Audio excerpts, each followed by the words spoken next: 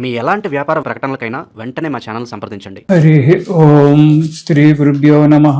శ్రీ మహాగణాధిపతయే నమః. గురు బ్రహ్మ గురు విష్ణు గురుర్దేవో మహేశ్వరః. గురు సాక్షాత్ పరబ్రహ్మ తస్మై శ్రీ గురవే నమః.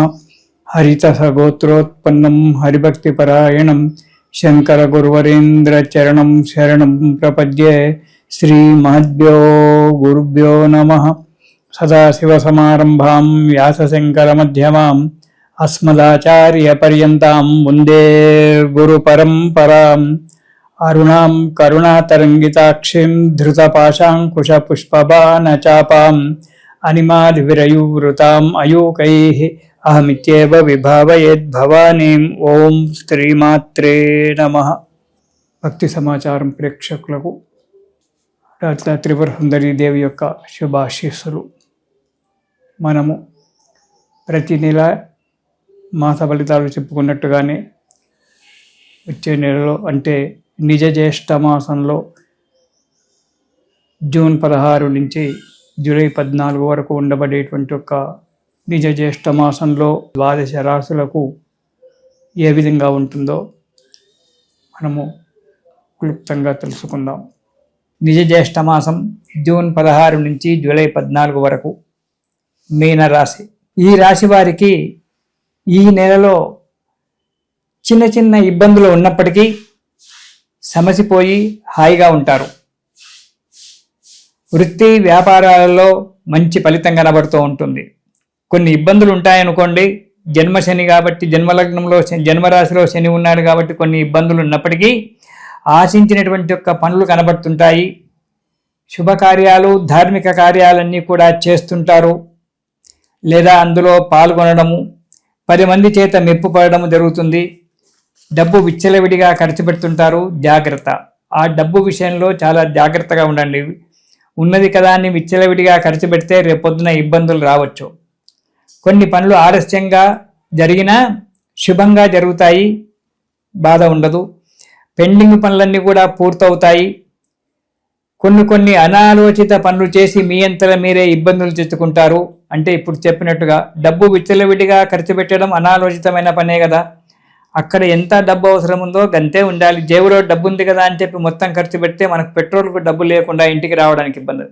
అలాంటి ఇబ్బందులు తెచ్చుకోకండి, జాగ్రత్తగా ఉండండి. కొన్ని మధ్యవర్తిత్వం మాత్రం ఎక్కడ చేయకండి. ఎక్కడగా కూడా మీరు మీడియేటర్గా మాత్రం ప్రయత్నం చేయకండి, ఉండకండి. దాని విషయంలో ముందు జీవితంలో చాలా ఇబ్బందుల పాలు కావాల్సి వస్తుంది. కాబట్టి మధ్యవర్తి మీడియేటర్గా ఎక్కడ కూడా ఉండకండి. ప్రతి విషయంలో జాగ్రత్తగా కూలంకషంగా ఆలోచించి అడుగు ముందుకెయ్యండి. మొదటి వారం ఆదాయం బాగానే ఉంటుంది, ఆరోగ్యం కూడా సహకరిస్తుంది. చేసేటువంటి ఒక కార్యక్రమాలు, కొత్తగా వేసేటువంటి ఒక కార్యక్రమాలన్నీ కూడా సఫలీకృతం అవుతుంటాయి. కొందరితో కొన్ని ఇబ్బందులు వచ్చినప్పటికీ అవి సానుకూలంగానే నెరవేరుతాయి. ఇబ్బందులు పెద్దగా లేకుండా మీకు అనాలోచితంగా మంచి ఇదే ఏర్పడుతూ ఉంటుంది. ఇక రెండవ వారం కనుక చూసుకున్నట్టయితే వ్యాపారాలలో మంచి లాభాలు కనబడతాయి. కొత్త పనులు చేపట్టడం జరుగుతుంది. దానివల్ల జనాకర్షణ కలుగుతుంది. ఇష్టకార్య సిద్ధి, మీరు మనసులో ఉన్న ఒక కార్యక్రమం ఈ నెలలో సిద్ధించబోతుంది. సంతోషంగా ఉండండి. బంధుత్వం పెరుగుతుంది. రాదునుకున్న ధనము ఎప్పుడో మీరు ఎవరికో ఇచ్చి మర్చిపోతే ఆ డబ్బు తిరిగి రాదు నాకని ఉన్నటువంటి ఒక డబ్బు తిరిగి రావడం అనేటువంటిది జరగడానికి ఆస్కారం ఉంది. ప్రయత్నించండి. సంతోషకరమైన జీవితము, ఆనందకరమైన ఒక జీవితాన్ని పొందుతారు ఈ నెలలో రెండవ వారంలో. ఇక మూడవ వారం కనుక చూసుకున్నట్టయితే బంధువులతో స్నేహితులతో కలయిక పొందుతారు.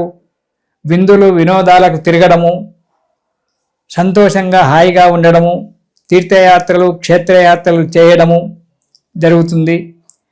పరోపకార పనులు చేయడం వల్ల, అంటే ఇతరులకు ఉపయోగపడేటువంటి యొక్క పనులు చేయడం వల్ల 10 మందిలో పేరు గడించడం జరుగుతూ ఉంటుంది. సంకల్పిత కార్యక్రమాలన్నీ కూడా నెరవేరుతాయి. మనశ్శాంతితో ఆనందంగా సంతోషంగా ఉంటారు. ఇక 4వ వారం కనుక చూసినట్టయితే డబ్బు ఎక్కువగా ఖర్చు పెట్టడం జరుగుతుంది. కొద్దిగా మనశ్శాంతి లేకుండా, మనస్సు చంచలంగా ఉండి మనశ్శాంతి లేకుండా ఉంటుంది. తొందరపాటు పనులు చేయడం వల్ల కొన్ని పనులు చెడిపోవడము, వాటిని తిరిగి నిదానంగా సవరించుకోవడం జరుగుతుంది. పెద్దల చేత చీవాట్లు తినడం జరుగుతుంది. కొన్ని చేయని నేరానికి శిక్ష అనుభవించవలసి వస్తుంది. కానీ దైవ కృప వల్ల అది తొందరలోనే సమసిపోతుంది. బాధపడవలసిన అవసరం ఎక్కువగా ఉండదు. ఈ రాశివారు ఈ నెలలో ప్రతిరోజు కూడా హనుమాన్ చాలీసా పారాయణం చేయండి.